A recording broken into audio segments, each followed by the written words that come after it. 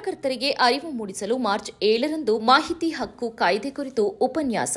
ನಂಜುಂಡೇಗೌಡರು ಮಾಹಿತಿ ಹಕ್ಕು ಕಾಯ್ದೆಯ ಪರಿಣಾಮಕಾರಿ ಅನುಷ್ಠಾನ ಮತ್ತು ಜವಾಬ್ದಾರಿಯುತ ಬಳಕೆಯ ಕುರಿತು ಪತ್ರಕರ್ತರಿಗೆ ಅರಿವು ಮೂಡಿಸುವ ಉದ್ದೇಶದಿಂದ ಮಾರ್ಚ್ 7ರಂದು ಬೆಳಗ್ಗೆ 10:30ಕ್ಕೆ ನಗರದ ಪತ್ರಕರ್ತರ ಭವನದಲ್ಲಿ ಉಪನ್ಯಾಸ ಕಾರ್ಯಕ್ರಮ ಏರ್ಪಡಿಸಲಾಗಿದೆ ಎಂದು ಜಿಲ್ಲಾ ಕಾರ್ಯನಿರತ ಪತ್ರಕರ್ತರ ಸಂಘದ ಉಪಾಧ್ಯಕ್ಷ ನಂಜುಂಡೇಗೌಡರು ಮತ್ತು ಪ್ರಸನ್ನ ಹಾಡ್ಲಹಳ್ಳಿ ತಿಳಿಸಿದರು.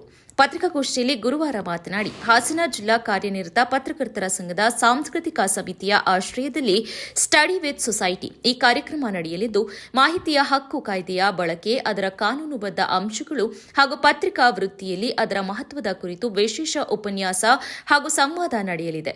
ಕಾರ್ಯಕ್ರಮದಲ್ಲಿ ಮಾಹಿತಿ ಹಕ್ಕು ಆಯೋಗದ ಆಯುಕ್ತರಾದ ರುದ್ರಣ್ಣ ಹರ್ತಕೋಟೆ ಹಾಗೂ ಬದ್ರುದ್ದೀನ್ ಕೆ ಸಂಪನ್ಮೂಲ ವ್ಯಕ್ತಿಗಳಾಗಿ ಭಾಗವಹಿಸಿ ಮಾಹಿತಿ ಹಕ್ಕು ಕಾಯ್ದೆಯ ಪರಿಣಾಮಕಾರಿ ಬಳಕೆ, ಅರ್ಜಿ ಸಲ್ಲಿಸುವ ವಿಧಾನ, ಮಾಹಿತಿ ಪಡೆಯುವ ಪ್ರಕ್ರಿಯೆ ಹಾಗೂ ಸಾರ್ವಜನಿಕ ಹಿತಾಸಕ್ತಿ ವಿಚಾರಗಳನ್ನು ಹೊರತರುವಲ್ಲಿ ಈ ಕಾಯ್ದೆಯ ಪಾತ್ರದ ಕುರಿತು ಮಾರ್ಗದರ್ಶನ ನೀಡಲಿದ್ದಾರೆ ಎಂದರು. ಪತ್ರಿಕಾ ವೃತ್ತಿಯಲ್ಲಿ ಸತ್ಯಾಸತ್ಯತೆ ಹೊರತರುವಲ್ಲಿ ಮಾಹಿತಿ ಹಕ್ಕು ಕಾಯ್ದೆ ಅತ್ಯಂತ ಪ್ರಮುಖ ಸಾಧನವಾಗಿದೆ.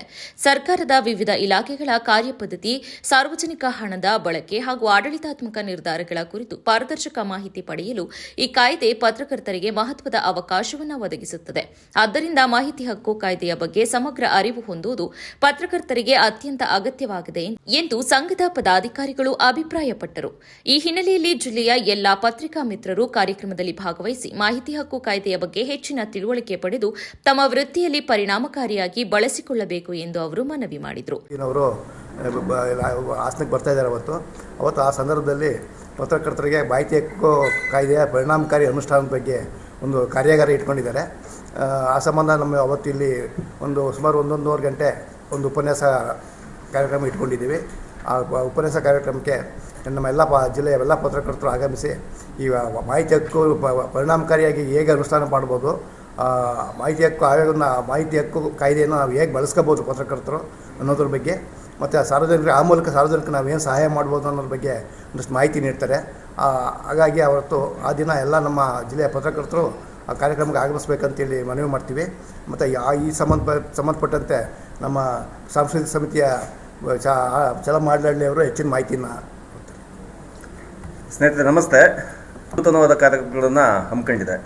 ಅದರಲ್ಲಿ ಸ್ಟಡಿ ವಿತ್ ಸೊಸೈಟಿ ಅನ್ನುವ ಒಂದು ಕಲ್ಪನೆ ಅಡಿಯಲ್ಲಿ ನಾವು ಪತ್ರಕರ್ತರು ಮತ್ತು ಪತ್ರಿಕೋದ್ಯಮ ವಿದ್ಯಾರ್ಥಿಗಳಿಗೆ ಅನುಕೂಲ ಆಗ್ತಕ್ಕಂಥ ಕೆಲಸ ಕಾರ್ಯಗಳನ್ನು ಮಾಡ್ತಾ ಬರ್ತಾ ಇದ್ದೀವಿ.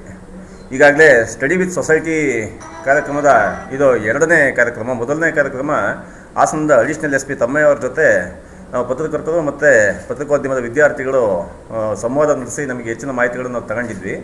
ಈಗ 2ನೇ ಸ್ಟಡಿ ವಿತ್ ಸೊಸೈಟಿ ಕಾರ್ಯಕ್ರಮದಲ್ಲಿ ನಮ್ಮ ರಾಜ್ಯ ಮಾಹಿತಿ ಹಕ್ಕು ಆಯೋಗದ ಕಮಿಷನರ್ಗಳಾದ ಒಬ್ಬರು ಬದ್ರುದ್ದೀನ್ ಸರ್ ಮತ್ತು ರುದ್ರಪ್ಪ ಸರ್ ಇಬ್ಬರು ಬರ್ತಾ ಇದ್ದಾರೆ.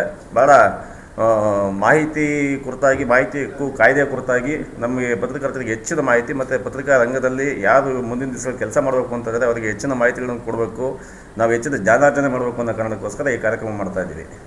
ಹಾಗೆ ಈ ವಿನೂತನವಾಗಿ ಈಗ ಸಾಂಸ್ಕೃತಿಕ ವೇದಿಕೆಯಿಂದ ಸಾಕಷ್ಟು ಕೆಲಸಗಳಾಗ್ತಾ ಇದ್ದಾವೆ. ಸಾಕಷ್ಟು ಒಂದು ಆರೋಗ್ಯಕರವಾದಂತಹ ಒಂದು ಕೆಲಸಗಳನ್ನು ನಾವು ಮಾಡೋದಕ್ಕೆ ಮುಂದಡಿತಿದ್ದೀವಿ. ಸಾಂಸ್ಕೃತಿಕ ಸಮಿತಿ ವತಿಯಿಂದ ಈಗಾಗಲೇ ನೋಟೆಡ್ ನ್ಯೂಸ್ ಅನ್ನೋ ಒಂದು ಪರಿಕಲ್ಪನೆ ಅಡಿಯಲ್ಲಿ ಕೆಲಸ ಶುರು ಮಾಡಿದ್ದೀವಿ.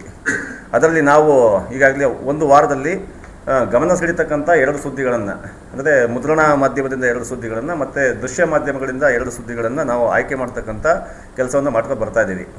ಅದು ಕೂಡ ಒಂದು ಆರೋಗ್ಯಕರವಾದಂತಹ ಒಂದು ಸ್ಪರ್ಧೆ ಮತ್ತು ನಮ್ಮ ಕೆಲಸದ ಗುಣಮಟ್ಟವನ್ನು ಗುರುತಿಸ್ತಕ್ಕಂಥ ಒಂದು ಗೌರವ ಕೊಡ್ತಕ್ಕಂಥ ಕೆಲಸವನ್ನು ಮಾಡಬೇಕು ಅನ್ನೋ ನಿಟ್ಟಿನಲ್ಲಿ ನೋಟೆಡ್ ನ್ಯೂಸ್ ಅನ್ನೋ ಒಂದು ಪರಿಕಲ್ಪನೆಯನ್ನು ನೋಟಿಸ್ ಬೋರ್ಡಲ್ಲಿ ಎಣಿಸೋದ್ರ ಮುಖಾಂತರ ಒಂದು ಗೌರವ ಕೊಡ್ತಕ್ಕಂಥದ್ದು ಪತ್ರಕರ್ತರಿಗೆ ಆ ಕೆಲಸ ಮಾಡ್ತಾ ಬರ್ತಾ ಇದ್ದೀವಿ. ಈ ಶನಿವಾರ ನಮ್ಮ ಸ್ಟಡಿ ವಿತ್ ಸೊಸೈಟಿ ಇದೆಯಲ್ಲ, ಸ್ಟಡಿ ವಿತ್ ಸೊಸೈಟಿ ಅನ್ನೋದು ನಮ್ಮ ಕಲಿಕೆಯ ತಾಣ. ಅದು ಎಷ್ಟು ಕಲಿತರೂ ಕೂಡ ಸಾಲಲ್ಲ ಈ ವೇಗದ ಜಗತ್ತಿನಲ್ಲಿ. ಹಾಗಾಗಿ ಈ ಪ್ರತಿ ತಿಂಗಳ ಮೊದಲ ಶನಿವಾರ ಒಂದಲ್ಲ ಒಂದು ಕಾರ್ಯಕ್ರಮ ಇದ್ದೇ ಇರುತ್ತೆ. ನಮ್ಮ ಪತ್ರಕರ್ತರಿಗೆ ಮತ್ತು ಪತ್ರಿಕೋದ್ಯಮದ ವಿದ್ಯಾರ್ಥಿಗಳಿಗೆ ಅನುಕೂಲ ಆಗ್ತಕ್ಕಂಥ ನಿಟ್ಟಿನಲ್ಲಿ ಈ ಕಾರ್ಯಕ್ರಮನ ಆಯೋಜನೆ ಮಾಡ್ತಾ ಇದ್ದೀವಿ. ಇದು ನಮ್ಮ ಸ್ಟಡಿ ವಿತ್ ಸೊಸೈಟಿಯ 2ನೇ ಕಾರ್ಯಕ್ರಮ. ನಮ್ಮ ಪತ್ರಕರ್ತರ ಎಲ್ಲ ಮಿತ್ರರುಗಳು, ಹಿರಿಯರು, ಕಿರಿಯರು ಮತ್ತು ಪತ್ರಿಕೋದ್ಯಮದ ವಿದ್ಯಾರ್ಥಿಗಳು ಹಾಸನದಲ್ಲಿ, ಬಹುಶಃ ಹಾಸನ ಜಿಲ್ಲೆಯಲ್ಲಿ ಇರತಕ್ಕಂಥ ಪತ್ರಿಕೋದ್ಯಮ ವಿಭಾಗಗಳು ಬೇರೆ ಯಾವ ಕಾಲೇಜುಗಳು ಯಾವ ಜಿಲ್ಲೆಯಲ್ಲೂ ಕೂಡ ಬಹುಶಃ ಇಲ್ಲ. ಅದನ್ನೇ ಮೊನ್ನೆ ಸ್ನೇಹಿತರುಗಳು ಹೇಳ್ತಾ ಇರೋದು. ಹಾಸನದಲ್ಲಿ 6 ಕಾಲೇಜುಗಳಿದಾವಂತೆ. ಹಾಸನದಲ್ಲಿ 4 ಒಳನರಸೀಪುರ ಸೇರಿ 6 ಪತ್ರಿಕೋದ್ಯಮ ವಿಭಾಗಗಳಿದ್ದಾವೆ. ಬೇರೆ ಯಾವ ಜಿಲ್ಲೆಯಲ್ಲೂ ಕೂಡ ಪತ್ರಿಕೋದ್ಯಮ ವಿಭಾಗಗಳು ಅಷ್ಟೇ ಆಗಿಲ್ಲ. ಸೊ ಹಂಗಾಗಿ ಪತ್ರಿಕೋದ್ಯಮ ಕ್ಷೇತ್ರಕ್ಕೆ ಹೆಚ್ಚಿನ ಸಂಪನ್ಮೂಲ ವ್ಯಕ್ತಿಗಳನ್ನು ಅಥವಾ ಅಲ್ಲಿ ಕೆಲಸ ಮಾಡ್ತಕ್ಕಂಥ ಸಂಪನ್ಮೂಲಗಳನ್ನು ನಾವು ನಮ್ಮ ಜಿಲ್ಲೆಯಿಂದ ಕೊಡ್ತಕ್ಕಂಥ ಕೆಲಸ ಮಾಡುವಾಗ ನಾವು ಆ ವಿದ್ಯಾರ್ಥಿಗಳಿಗಾದರೂ ಕೂಡ ಹೆಚ್ಚಿನ ಅನುಕೂಲ ಆಗಲಿ ಅನ್ನೋ ಕಾರಣವೂ ಇದರಲ್ಲಿ ಒಂದು ಅಂಶ ಆಗಿದೆ. ಅದರಲ್ಲೂ ಕೂಡ ನಮ್ಮ ಕೆಲಸದ ಒತ್ತಡ ಇರುತ್ತೆ, ನಮ್ಮ ಡೆಡ್ಲೈನ್ಗಳಿರ್ತವೆ, ಟೈಮ್ ಲೈನ್ಗಳಿರ್ತವೆ. ಇದರ ನಡುವೆ ನಾವು ಒಂದಷ್ಟು ಕಲಿಯುವಂಥ ಕೆಲಸ ಆಗಬೇಕಾಗುತ್ತೆ. ನಿರಂತರವಾಗಿ ಅಪ್ಡೇಟ್ಗಳಾಗುವಾಗ ನಾವು ಸಹಜವಾಗಿ ಅಪ್ಡೇಟ್ ಆಗ್ತಾ ಇರ್ತೀವಿ. ಅದಕ್ಕೊಂದು ಚೌಕಟ್ಟು ಅಂತ ಬೇಕಾಗುತ್ತೆ. ಹಾಗಾಗಿ ಪತ್ರಕರ್ತರು ಕೆಲಸ ಮಾಡೋದ್ರ ಮುಖಾಂತರ ಸೊಸೈಟಿಲಿ ಸಾಕಷ್ಟು ಬದಲಾವಣೆಗಳಾಗ್ತವೆ.